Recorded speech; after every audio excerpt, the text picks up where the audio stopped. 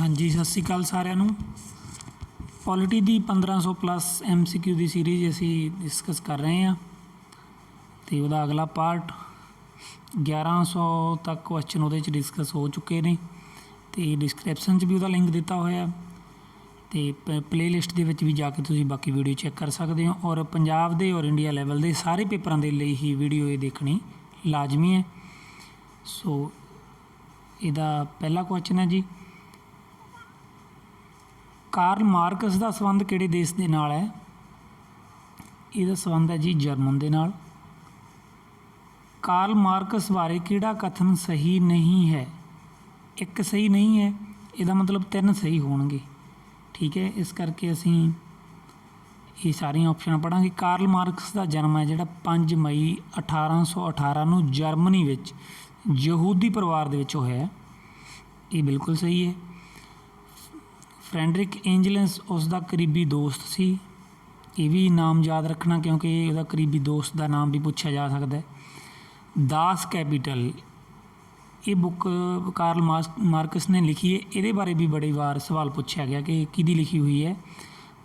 ਇਹ ਵੀ ਸਹੀ ਹੈ। ਅਤੇ ਇੱਥੇ ਇਹਨਾਂ ਨੇ ਪੁੱਛਿਆ ਵੀ ਸਹੀ ਨਹੀਂ ਹੈ, ਕਿਹੜਾ ਸਹੀ ਨਹੀਂ ਹੈ? ਕਾਰਲ ਮਾਰਕਸ ਦੀ ਮੌਤ 1883 ਨੂੰ ਪੈਰਿਸ 'ਚ ਹੋਈ, ਇਹ ਸਹੀ ਨਹੀਂ ਹੈ। ਠੀਕ ਹੈ ਜੀ, ਚੱਲਦੇ ਹਾਂ ਅਗਲੇ ਕੁਐਸਚਨ ਵੱਲ। ਹਾਂਜੀ, ਕਾਰਲ ਮਾਰਕਸ ਦੀਆਂ ਪੁਸਤਕਾਂ ਦੇ ਨਾਂ ਦੱਸੋ।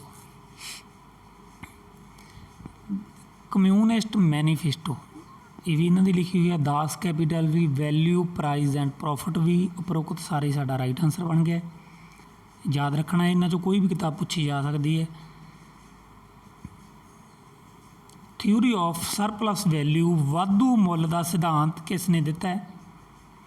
ਇਹ ਕਾਰਲ ਮਾਰਕਸ ਨੇ ਦਿੱਤਾ ਜੀ। ਕਾਰਲ ਮਾਰਕਸ ਨੇ ਸੰਪਤੀਸ਼ਾਲੀ ਸ਼੍ਰੇਣੀ ਨੂੰ ਕੀ ਨਾਮ ਦਿੱਤਾ ਹੈ? ਉਹਨਾਂ ਨੇ ਦਿੱਤਾ ਜੀ ਬੁਰਜੂਆ। ਕਾਰਲ ਮਾਰਕਸ ਨੇ ਸੰਪਤੀਹੀਣ ਸ਼੍ਰੇਣੀ ਨੂੰ ਕੀ ਨਾਮ ਦਿੱਤਾ ਹੈ?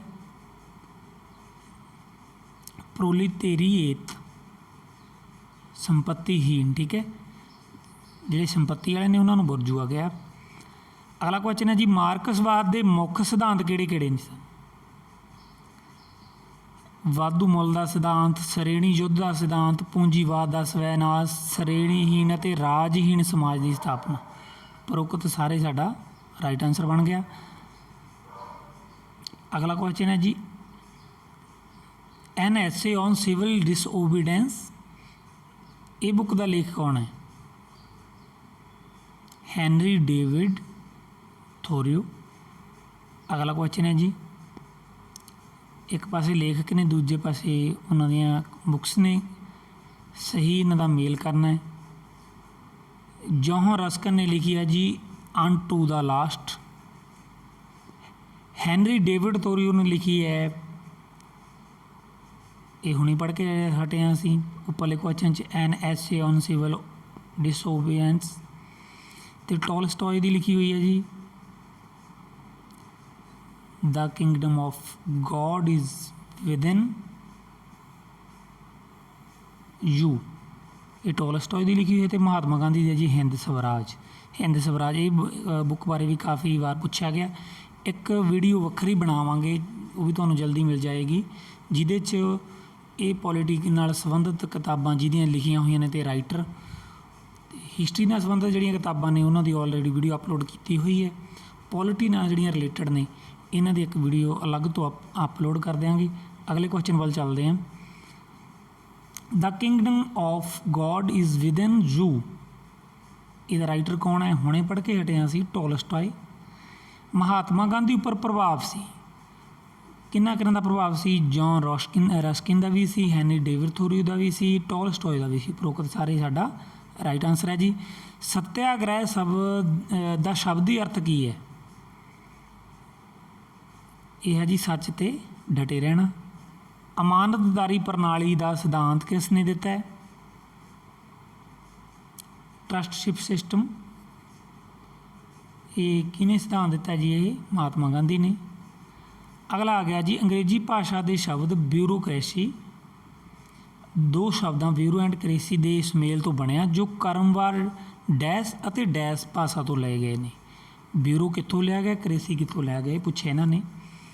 ਜਿਹੜਾ ਬਿਊਰੋ ਸ਼ਬਦ ਆ ਇਹ ਫਰਾਂਸੀਸੀ ਭਾਸ਼ਾ ਤੋਂ ਲਿਆ ਗਿਆ ਅਤੇ ਜਿਹੜਾ ਕਰੇਸੀ ਸ਼ਬਦ ਆ ਇਹ ਲਿਆ ਗਿਆ ਜੀ ਯੂਨਾਨੀ ਭਾਸ਼ਾ ਤੋਂ। ਠੀਕ ਹੈ, ਊੜਾ ਸਾਡਾ ਰਾਈਟ ਆਨਸਰ ਹੈ। ਫਰਾਂਸੀਸੀ ਭਾਸ਼ਾ ਦੇ ਸ਼ਬਦ ਬਿਊਰੋ ਦਾ ਅਰਥ ਹੈ ਲਿਖਣ ਵਾਲਾ ਡੈਸਕ। ਇਹ ਵੀ ਸਵਾਲ ਪੁੱਛਿਆ ਜਾ ਸਕਦਾ। ਦੇਖੋ ਸਵਾਲ ਦੇ ਵਿੱਚ ਹੀ ਇੱਕ ਸਵਾਲ ਦਾ ਜਵਾਬ ਪਿਆ ਕਿ ਬਿਊਰੋ ਦਾ ਅਰਥ ਕੀ ਹੈ, ਲਿਖਣ ਵਾਲਾ ਡੈਸਕ। ਅਤੇ ਹੁਣ ਪੁੱਛ ਲਿਆ ਵੀ ਕਰੇਸੀ ਦਾ ਕੀ ਅਰਥ ਕੀ ਹੈ, ਫਿਰ ਇਹ ਹੈ ਜੀ ਸ਼ਾਸਨ। ਹੇਠਾਂ ਦਿੱਤਿਆਂ ਦਾ ਸਹੀ ਮਿਲਾਨ ਕਰਨਾ ਹੈ। ਇੱਕ ਪਾਸੇ ਦੇਸ਼ ਦਿੱਤੇ ਹੋਏ ਨੇ, ਇੱਕ ਪਾਸੇ ਸਾਲ ਦਿੱਤੇ ਹੋਏ ਨੇ। ਇਸਤਰੀਆਂ ਨੂੰ ਵੋਟ ਦਾ ਅਧਿਕਾਰ ਕਿਹੜੇ ਕਿਹੜੇ ਦੇਸ਼ ਨੇ ਕਿਹੜੇ ਕਿਹੜੇ ਸਾਲ ਦਿੱਤਾ, ਅਤੇ ਸਹੀ ਮਿਲਾਨ ਇਹਨਾਂ ਦਾ ਕਰਨਾ ਜੀ।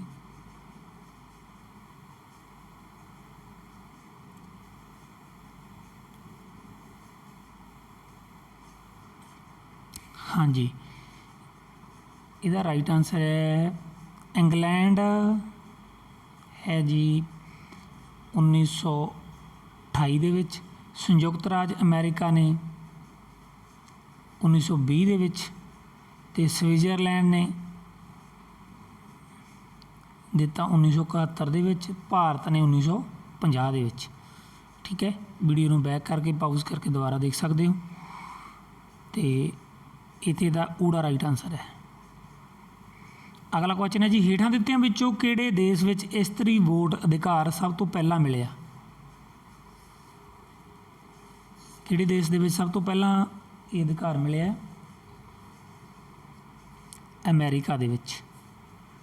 ਅਨੁਪਾਤਕ ਪ੍ਰਤੀਨਿਧਤਾ ਦੀ ਪ੍ਰਣਾਲੀ ਅਧੀਨ ਇਕਹਿਰੀ ਬਦਲਵੀਂ ਵੋਟ ਪ੍ਰਣਾਲੀ ਦਾ ਜਨਮਦਾਤਾ ਕੌਣ ਹੈ? ਐਂਡਰੇ, ਡੈਨਮਾਰਕ ਦਾ ਮੰਤਰੀ ਹੈ ਜਿਹੜਾ। ਲਗਾਤਾਰ ਸੁਚੇਤਤਾ ਸੁਤੰਤਰਤਾ ਮੁੱਲ ਹੈ, ਇਹ ਸ਼ਬਦ ਕਿਹਨੇ ਕਹੇ? ਲਾਰਡ ਬ੍ਰਾਈਸ ਨੇ। ਇਹ ਪੰਜਾਬ ਦੇ ਇੰਡੀਆ ਦੇ ਪੇਪਰਾਂ ਦੇ ਵਿੱਚ, ਇੰਡੀਆ ਲੈਵਲ ਦੇ ਜਿੰਨੇ ਵੀ ਐਗਜ਼ਾਮ ਨੇ, ਚਾਹੇ ਕਿਸੇ ਹੋਰ ਸਟੇਟ ਦਾ ਹੋਵੇ ਚਾਹੇ ਪੰਜਾਬ ਦਾ ਹੋਵੇ, ਉਹਨਾਂ ਦੇ ਵਿੱਚ ਪੁੱਛੇ ਗਏ ਸਵਾਲ ਨੇ ਜਿਹੜੇ ਆਪਾਂ ਕਰ ਰਹੇ ਹਾਂ। ਠੀਕ ਹੈ ਜੀ, ਕਿਸੇ ਵੀ ਸਵਾਲ ਨੂੰ ਲਾਈਟਲੀ ਨਹੀਂ ਲੈਣਾ, ਅਤੇ ਕਿਸੇ ਨੇ ਵੀ ਨਹੀਂ ਸੋਚਣਾ ਕਿ ਕਈ ਵਾਰ ਅਸੀਂ ਕਿਸੇ ਸਵਾਲ ਨੂੰ ਫਸਟ ਵਾਰ ਇੰਟਰੋਡਿਊਸ ਹੋ ਰਹੇ ਹੁੰਦੇ ਹਾਂ ਤਾਂ ਸਾਨੂੰ ਇਹ ਲੱਗਦਾ ਵੀ ਇਹ ਪਤਾ ਨਹੀਂ ਕਿੱਦਾਂ ਦੇ ਸਵਾਲ ਨੇ ਜਾਂ ਇਹ ਨਹੀਂ ਆਉਣੇ। ਹੁਣ ਮਾਸਟਰ ਕੇਡਰ ਦਾ ਪੇਪਰ ਹੋ ਕੇ ਹਟਿਆ ਨਾ SST ਦਾ, ਤੁਸੀਂ ਦੇਖੋ ਪੋਲੀਟੀ ਦਾ ਪੇਪਰ ਤੁਸੀਂ ਪਾਰਟ ਦੇਖੋਗੇ 75 ਕੁਐਸਚਨ ਪੋਲੀਟੀ ਵਾਲੇ ਬਹੁਤ ਡੀਪਲੀ ਪੁੱਛੇ ਗਏ ਨੇ। ਠੀਕ ਹੈ ਨਾ, ਬੱਚੇ ਉੱਪਰੋਂ ਪੜ੍ਹ ਕੇ ਜਾਂ ਉਹੀ ਆਏ ਹੋਏ ਬਾਰ-ਬਾਰ ਉਹੀ ਕੁਐਸਚਨ ਪੜ੍ਹ ਕੇ ਚਲੇ ਗਏ, ਪਰ ਉਹਨਾਂ ਨੇ ਡੀਪਲੀ ਪੁੱਛ ਲਏ। ਇਸੇ ਕਰਕੇ ਤੁਹਾਨੂੰ ਇਹ ਡਿਟੇਲ ਦੇ ਵਿੱਚ ਕਰਾ ਰਹੇ ਹਾਂ, ਥੋੜ੍ਹਾ ਜਿਹਾ ਡੀਪਲੀ ਕਰ ਰਹੇ ਹਾਂ ਆਪਾਂ। ਠੀਕ ਹੈ ਨਾ, ਡੀਪਲੀ ਪੜ੍ਹੇ ਹੋਵੋਗੇ ਤਾਂ ਤੁਹਾਨੂੰ ਉਹਦਾ ਕੋਈ ਡਰ ਨਹੀਂ ਹੈ। ਹੇਠਾਂ ਦਿੱਤਿਆਂ ਵਿੱਚੋਂ ਕਿਹੜੇ ਕਿਹੜੇ ਦਲ ਦਾ ਗਠਨ ਧਰਮ ਦੇ ਆਧਾਰ 'ਤੇ ਕੀਤਾ ਗਿਆ? ਸ਼ਿਵ ਸੈਨਾ ਦਾ ਵੀ, ਹਿੰਦੂ ਮਹਾਂਸਭਾ ਦਾ, ਮੁਸਲਿਮ ਲੀਗ ਦਾ ਵੀ। ਉਪਰੋਕਤ ਸਾਰੇ ਸਾਡਾ ਰਾਈਟ ਆਨਸਰ ਹੈ। ਅਗਲਾ ਕੁਐਸਚਨ ਹੈ ਜੀ ਜਰਮਨੀ ਵਿੱਚ ਹਿਟਲਰ ਦੇ ਨਾਜ਼ੀ ਦਲ ਦਾ ਗਠਨ ਕਿਸ ਦੇ ਆਧਾਰ 'ਤੇ ਕੀਤਾ ਗਿਆ ਸੀ? ਨਸਲ ਦੇ ਆਧਾਰ 'ਤੇ। ਹੇਠਾਂ ਦਿੱਤੇ ਵਿੱਚੋਂ ਕਿਹੜੀ ਪਾਰਟੀ ਖੇਤਰੀ ਪਾਰਟੀ ਨਹੀਂ ਹੈ? ਬਹੁਜਨ ਸਮਾਜ ਪਾਰਟੀ। ਇਹ ਨੈਸ਼ਨਲ ਪਾਰਟੀ ਹੈ ਜੀ, ਇਹ ਖੇਤਰੀ ਪਾਰਟੀ ਨਹੀਂ ਹੈ। ਠੀਕ ਹੈ, ਇੱਕ ਦਲ ਪ੍ਰਣਾਲੀ ਵਾਲੇ ਦੇਸ਼ 'ਚੋਂ ਇੱਕ ਦਲ, ਜਿੱਥੇ ਇੱਕ ਹੁਣ ਭਾਰਤ ਜਿਵੇਂ ਬਹੁ ਦਲ ਪ੍ਰਣਾਲੀ ਹੈ ਨਾ, ਅਤੇ ਕਿਹੜੇ ਦੇਸ਼ ਦੇ ਵਿੱਚ ਕਹਿੰਦੇ ਇੱਕ ਦਲ ਹੈ? ਚੀਨ ਦੇ ਵਿੱਚ ਵੀ ਹੈ, ਵੀਅਤਨਾਮ ਦੇ ਵਿੱਚ ਵੀ ਹੈ, ਕਿਊਬਾ ਦੇ ਵਿੱਚ ਵੀ ਹੈ। ਉਪਰੋਕਤ ਸਾਰੇ ਸਾਡਾ ਰਾਈਟ ਆਨਸਰ ਬਣ ਗਿਆ। ਅਗਲਾ ਕੁਐਸਚਨ ਹੈ ਜੀ ਦੋ ਦਲ ਪ੍ਰਣਾਲੀ ਵਾਲੇ ਕਿਹੜੇ ਦੇਸ਼ ਨੇ ਜਿੱਥੇ ਦੋ ਦਲ ਨੇ, ਦੋ ਰਾਜਨੀਤਿਕ ਦਲ? ਇਹ ਹੈ ਜੀ ਇੰਗਲੈਂਡ ਵੀ ਹੈ ਅਤੇ ਸੰਯੁਕਤ ਰਾਜ ਅਮਰੀਕਾ ਵੀ ਹੈ। ਡੀ ਸਾਡਾ ਰਾਈਟ ਆਨਸਰ ਹੈ। ਅਗਲਾ ਆ ਗਿਆ ਜੀ ਸੰਯੁਕਤ ਰਾਜ ਅਮਰੀਕਾ ਵਿੱਚ ਕਿਸ ਪ੍ਰਕਾਰ ਦੀ ਰਾਜਨੀਤਿਕ ਦਲ ਪ੍ਰਣਾਲੀ ਦੀ ਵਿਵਸਥਾ ਕੀਤੀ ਗਈ ਹੈ? ਦੋ ਦਲ ਪ੍ਰਣਾਲੀ ਦੀ, ਉੱਪਰ ਹੀ ਪੜ੍ਹ ਕੇ ਹਟੇ ਹਾਂ ਅਸੀਂ। ਬਹੁ ਦਲ ਪ੍ਰਣਾਲੀ ਵਾਲੇ ਦੇਸ਼ ਕਿਹੜੇ ਨੇ? ਦੇਖੋ ਪਹਿਲੇ ਨੰਬਰ 'ਤੇ ਤਾਂ ਭਾਰਤ ਹੀ ਪਿਆ। ਠੀਕ ਹੈ ਨਾ, ਕਿੰਨੇ ਦਲ ਨੇ ਭਾਰਤ ਦੇ ਵਿੱਚ? ਅਤੇ ਜਾਪਾਨ ਵੀ ਹੈ, ਫਰਾਂਸ ਅਤੇ ਸਵਿਟਜ਼ਰਲੈਂਡ ਵੀ ਹੈ। ਉਪਰੋਕਤ ਸਾਰੇ ਸਾਡਾ ਰਾਈਟ ਆਨਸਰ ਹੈ। ਅੰਗਰੇਜ਼ੀ ਭਾਸ਼ਾ ਦਾ ਸ਼ਬਦ ਕਾਸਟ ਕਿਸ ਭਾਸ਼ਾ ਤੋਂ ਲਿਆ ਗਿਆ? ਸਪੈਨਿਸ਼ ਭਾਸ਼ਾ ਤੋਂ ਲਿਆ ਗਿਆ ਜੀ। ਭਾਰਤ ਸੰਯੁਕਤ ਰਾਸ਼ਟਰ ਸੰਘ ਦਾ ਮੈਂਬਰ ਕਦੋਂ ਬਣਿਆ ਸੀ? ਭਾਰਤ ਸੰਯੁਕਤ ਰਾਸ਼ਟਰ ਸੰਘ ਦਾ ਮੌਲਿਕ ਮੈਂਬਰ ਹੈ। ਤੇ ਅੰਤਰਰਾਸ਼ਟਰੀ ਯੋਗਾ ਦਿਵਸ ਕਦੋਂ ਮਨਾਇਆ ਜਾਂਦਾ ਹੈ? 21 ਜੂਨ ਨੂੰ। ਬਹੁਤ ਪੇਪਰਾਂ ਦੇ ਵਿੱਚ ਸਵਾਲ ਪੁੱਛਿਆ ਗਿਆ ਇਹ, ਠੀਕ ਹੈ ਜੀ। ਪਟਵਾਰੀ ਦੇ ਪੇਪਰ ਵਿੱਚ ਵੀ ਪੁੱਛਿਆ ਗਿਆ ਸੀ। ਸਾਰਕ ਦੇ ਚਾਰਟ ਦੇ ਕੁੱਲ ਕਿੰਨੇ ਅਨੁਛੇਦ ਨੇ? 10 ਅਨੁਛੇਦ ਨੇ ਜੀ। ਸਾਰਕ ਨੇ ਸਾਲ 1995 ਨੂੰ ਕਿਹੜਾ ਸਾਲ ਘੋਸ਼ਿਤ ਕੀਤਾ ਸੀ? ਗਰੀਬੀ ਖਤਮ ਕਰਨ ਦਾ ਸਾਲ, ਠੀਕ। 1995 ਨੂੰ ਗਰੀਬੀ ਖਤਮ ਕਰਨ ਦਾ ਸਾਲ ਘੋਸ਼ਿਤ ਕੀਤਾ ਸੀ। ਅਤੇ ਸਾਮਵਾਦੀ ਚੀਨ ਕਦੋਂ ਹੋਂਦ ਵਿੱਚ ਆਇਆ? ਇਹ ਹੈ ਜੀ 1949 ਦੇ ਵਿੱਚ। ਅਗਲਾ ਕੁਐਸਚਨ ਹੈ ਜੀ, ਉਸ ਰੇਖਾ ਦਾ ਨਾਮ ਦੱਸੋ ਜੋ ਭਾਰਤ ਅਤੇ ਚੀਨ ਦੇ ਖੇਤਰ ਦੀ ਸੀਮਾ ਨਿਸ਼ਚਿਤ ਕਰਦੀ ਹੈ। ਜਾਣੀ ਦੀ ਦੋਨਾਂ ਦੇ ਵਿਚਕਾਰ ਦੀ ਜਿਹੜੀ ਰੇਖਾ ਜਾ ਰਹੀ ਹੈ, ਕਿਹੜੀ ਰੇਖਾ ਉਹ? ਇਹਨੂੰ ਕਿਤੇ ਤੁਸੀਂ ਭੁਲੇਖੇ ਨਾ ਇਹ ਚੀਨ ਭਾਰਤ ਰੇਖਾ ਨਾ ਕਰ ਦਿਓ, ਠੀਕ ਹੈ। ਮੈਕਮੋਹਨ ਰੇਖਾ ਗੀ, ਠੀਕ ਹੈ। ਅਗਲਾ ਕੁਐਸਚਨ ਹੈ ਜੀ, 2 ਜੁਲਾਈ 1972 ਈਸਵੀ ਨੂੰ ਭਾਰਤ ਅਤੇ ਪਾਕਿਸਤਾਨ ਦੇ ਪ੍ਰਧਾਨ ਮੰਤਰੀ, ਭਾਰਤੀ ਪ੍ਰਧਾਨ ਮੰਤਰੀ ਸ਼੍ਰੀ ਇੰਦਰਾ ਗਾਂਧੀ ਅਤੇ ਪਾਕਿਸਤਾਨੀ ਪ੍ਰਧਾਨ ਮੰਤਰੀ ਸ਼੍ਰੀ ਭੁੱਟੋ ਵਿਚਕਾਰ ਸਮਝੌਤਾ ਹੋਇਆ ਸੀ। ਕਿੱਥੇ ਹੋਇਆ ਸੀ? ਸਿਮਲੇ ਦੇ ਵਿੱਚ। ਤਾਸ਼ਕੰਦ ਸਮਝੌਤਾ ਕਦੋਂ ਹੋਇਆ? ਇੰਪੋਰਟੈਂਟ ਸਵਾਲ। ਇੱਕ ਸਵਾਲ ਇੰਪੋਰਟੈਂਟ ਆ, ਕਿਸੇ ਵੀ ਸਵਾਲ ਨੂੰ ਲਾਈਟਲੀ ਨਹੀਂ ਲੈਣਾ। ਮੈਂ ਤੁਹਾਨੂੰ ਵਾਰ-ਵਾਰ ਇਹ ਗੱਲ ਕਹਿ ਰਿਹਾ। 10 ਜਨਵਰੀ 1966 ਨੂੰ ਹੋਇਆ ਸੀਗਾ ਜੀ। ਅਤੇ ਭਾਰਤ ਵੱਲੋਂ ਕੌਣ ਸੀਗੇ ਇਸ ਸਮਝੌਤੇ ਦੇ ਵਿੱਚ? ਕੱਲ੍ਹ ਵਾਲੀ ਵੀਡੀਓ ਦੇ ਵਿੱਚ ਪੜ੍ਹਾਇਆ ਸੀ, ਦੱਸੋ ਕਮੈਂਟ ਕਰਕੇ। ਪਾਕਿਸਤਾਨ ਨੇ ਭਾਰਤੀ ਸੰਸਦ 'ਤੇ ਹਮਲਾ ਕਦੋਂ ਕੀਤਾ ਸੀ? 13 ਦਸੰਬਰ 2001 ਦੇ ਵਿੱਚ। ਸੰਯੁਕਤ ਰਾਸ਼ਟਰ ਮਨੁੱਖੀ ਅਧਿਕਾਰ ਪ੍ਰੀਸ਼ਦ ਦੀ ਸਥਾਪਨਾ ਕਦੋਂ ਹੋਈ ਸੀ? 2006 ਦੇ ਵਿੱਚ ਹੋਈ ਸੀ ਜੀ। ਐਮਨੇਸਟੀ ਇੰਟਰਨੈਸ਼ਨਲ ਦਾ ਬਾਨੀ ਕੌਣ ਹੈ? ਪੀਟਰ ਬੈਨਨਸਨ। ਐਮਨੇਸਟੀ ਇੰਟਰਨੈਸ਼ਨਲ ਨਾਂ ਦੀ ਇੱਕ ਗੈਰ ਸਰਕਾਰੀ ਸੰਸਥਾ ਦੀ ਸਥਾਪਨਾ ਲੰਡਨ ਦੇ ਵਿੱਚ ਹੋਈ ਸੀ। ਕਦੋਂ ਹੋਈ ਸੀ? 1961 ਦੇ ਵਿੱਚ। ਸਿਰਫ ਆਪਾਂ ਰਾਈਟ ਆਨਸਰ 'ਤੇ ਇੱਕ ਟਿਕ ਕਰਦੇ ਹਾਂ ਤਾਂ ਕਿ ਜੋ ਸਮਾਂ ਜ਼ਿਆਦਾ ਵੇਸਟ ਨਾ ਹੋਵੇ। ਜਿਹੜੇ ਸਵਾਲ ਦੀਆਂ ਚਾਰੇ ਆਪਸ਼ਨਾਂ ਪੜ੍ਹਨ ਦੀ ਲੋੜ ਹੋਵੇਗੀ ਤਾਂ ਆਪਾਂ ਉਹੀ ਪੜ੍ਹਦੇ ਹਾਂ ਹਰ ਵਾਰ। ਸੋ ਘੱਟ ਸਮੇਂ ਦੇ ਵਿੱਚ ਆਪਾਂ ਜ਼ਿਆਦਾ ਕੁਐਸਚਨ ਡਿਸਕਸ ਕਰਨ ਦੀ ਕੋਸ਼ਿਸ਼ ਕਰਦੇ ਹਾਂ ਹਰ ਵਾਰ। ਰਾਸ਼ਟਰੀ ਮਨੁੱਖੀ ਅਧਿਕਾਰ ਆਯੋਗ ਦੀ ਸਥਾਪਨਾ ਕਦੋਂ ਕੀਤੀ ਗਈ ਸੀ? 1993 ਦੇ ਵਿੱਚ ਕੀਤੀ ਗਈ ਸੀ ਜੀ। ਅਗਲਾ ਆ ਗਿਆ ਜੀ, ਰਾਸ਼ਟਰੀ ਮਨੁੱਖੀ ਅਧਿਕਾਰ ਆਯੋਗ ਬਾਰੇ ਕਿਹੜਾ ਕਥਨ ਸਹੀ ਹੈ? ਇਸ ਦੀ ਸਥਾਪਨਾ 1993 ਦੇ ਵਿੱਚ ਹੋਈ। ਬਿਲਕੁਲ ਹੁਣੇ ਪੜ੍ਹ ਕੇ ਹਟੇ ਹਾਂ। ਭਾਰਤ ਦੀ ਸਰਵਉੱਚ ਅਦਾਲਤ ਦਾ ਰਿਟਾਇਰਡ ਮੁੱਖ ਜੱਜ ਇਸ ਦਾ ਅਧਿਅਕਸ਼ ਹੋ ਸਕਦਾ ਹੈ। ਬਿਲਕੁਲ ਸਹੀ ਹੈ। ਰਾਸ਼ਟਰਪਤੀ ਇੱਕ ਵਿਸ਼ੇਸ਼ ਸੰਮਤੀ ਦੀ ਸਲਾਹ ਨਾਲ ਇਸ ਦੇ ਅਧਿਅਕਸ਼ ਅਤੇ ਦੂਜੇ ਮੈਂਬਰਾਂ ਦੀ ਨਿਯੁਕਤੀ ਕਰਦੇ ਵੀ ਰਾਈਟ ਆਨਸਰ ਹੈ ਜੀ। ਉਪਰੋਕਤ ਸਾਰੇ ਸਾਡਾ ਰਾਈਟ ਆਨਸਰ ਬਣ ਗਿਆ। ਵੱਧ ਤੋਂ ਵੱਧ ਲੋਕਾਂ ਦੀ ਵੱਧ ਤੋਂ ਵੱਧ ਖੁਸ਼ੀ ਦਾ ਸਿਧਾਂਤ ਕਿਹੜੇ ਵਿਦਵਾਨ ਨੇ ਦਿੱਤਾ ਹੈ? ਜਰਮੀ ਬੈਂਥਮ ਨੇ ਦਿੱਤਾ ਜੀ ਇਹ। ਅਗਲਾ ਕੁਐਸਚਨ ਹੈ ਜੀ, ਚੋਣਕਾਰਾਂ ਦੇ ਸਮੂਹ ਨੂੰ ਕੀ ਕਿਹਾ ਜਾਂਦਾ ਹੈ? ਚੋਣ ਮੰਡਲ ਕਿਹਾ ਜਾਂਦਾ ਹੈ। ਭਾਰਤੀ ਸੰਵਿਧਾਨ ਦਾ ਨਿਰਮਾਣ ਕਿਸ ਨੇ ਕੀਤਾ ਹੈ? ਸੰਵਿਧਾਨ ਸਭਾ ਨੇ। ਅਤੇ ਬਾਬਰੀ ਮਸਜਿਦ ਦਾ ਢਾਂਚਾ ਕਦੋਂ ਡਿੱਗਿਆ ਗਿਆ ਸੀ? 6 ਦਸੰਬਰ 1992 ਨੂੰ। ਭਾਰਤ ਵਿੱਚ ਡੈਸ਼ ਚੋਣ ਪ੍ਰਣਾਲੀ ਦੀ ਵਿਵਸਥਾ ਕੀਤੀ ਗਈ ਹੈ? ਸੰਯੁਕਤ ਚੋਣ ਪ੍ਰਣਾਲੀ ਹੈ ਭਾਰਤ ਦੇ ਵਿੱਚ। ਭਾਰਤ ਦੀ ਵਿਦੇਸ਼ ਨੀਤੀ ਦਾ ਮੁੱਖ ਨਿਰਮਾਤਾ ਕੌਣ ਹੈ? ਇਹ ਕੱਲ੍ਹ ਵਾਲੀ ਵੀਡੀਓ ਦੇ ਵਿੱਚ ਵੀ ਤੁਹਾਨੂੰ ਦੱਸਿਆ ਸੀ, ਪੰਡਿਤ ਜਵਾਹਰ ਲਾਲ ਨਹਿਰੂ।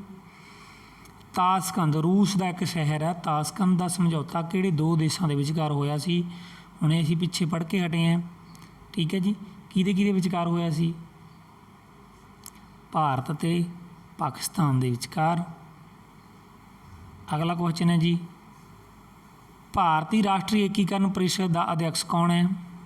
ਕੌਣ ਹੁੰਦਾ ਹੈ? ਭਾਰਤੀ ਰਾਸ਼ਟਰੀ ਏਕੀਕਰਨ ਪ੍ਰੀਸ਼ਦ ਦਾ ਅਧਿਅਕਸ਼ ਕੌਣ ਹੁੰਦਾ ਜੀ? ਭਾਰਤ ਦਾ ਪ੍ਰਧਾਨ ਮੰਤਰੀ। 49 ਸਵਾਲ ਹੋ ਚੁੱਕੇ ਆ ਅਤੇ 1150 ਨੰਬਰ ਵਾਲਾ ਕੁਐਸਚਨ, ਜਾਣੀ ਕਿ 50ਵਾਂ ਕੁਐਸਚਨ ਔਰ ਇਸ ਵੀਡੀਓ ਦਾ ਲਾਸਟ ਕੁਐਸਚਨ। 50 ਕੁਐਸਚਨ ਆਪਾਂ ਅਗਲੀ ਵੀਡੀਓ ਦੇ ਵਿੱਚ ਕਰਾਂਗੇ। ਨਿਆਂ ਦੀ ਅੰਤਰਰਾਸ਼ਟਰੀ ਅਦਾਲਤ ਵਿੱਚ ਵਰਤਮਾਨ ਸਮੇਂ ਭਾਰਤ ਦੀ ਸਰਵਉੱਚ ਅਦਾਲਤ ਦਾ ਕਿਹੜਾ ਜੱਜ ਕੰਮ ਕਰ ਰਿਹਾ ਹੈ?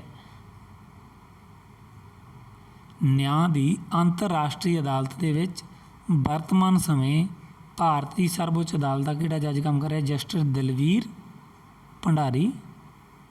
ਠੀਕ ਹੈ ਜੀ, ਈਡੀ ਸਾਡਾ ਰਾਈਟ ਆਨਸਰ ਹੈ। ਅਤੇ ਟੈਲੀਗ੍ਰਾਮ ਨੂੰ ਜ਼ਰੂਰ ਜੁਆਇਨ ਕਰ ਲੈਣਾ, ਉਹਦਾ ਡਿਸਕ੍ਰਿਪਸ਼ਨ 'ਚ ਲਿੰਕ ਦਿੱਤਾ ਹੋਇਆ।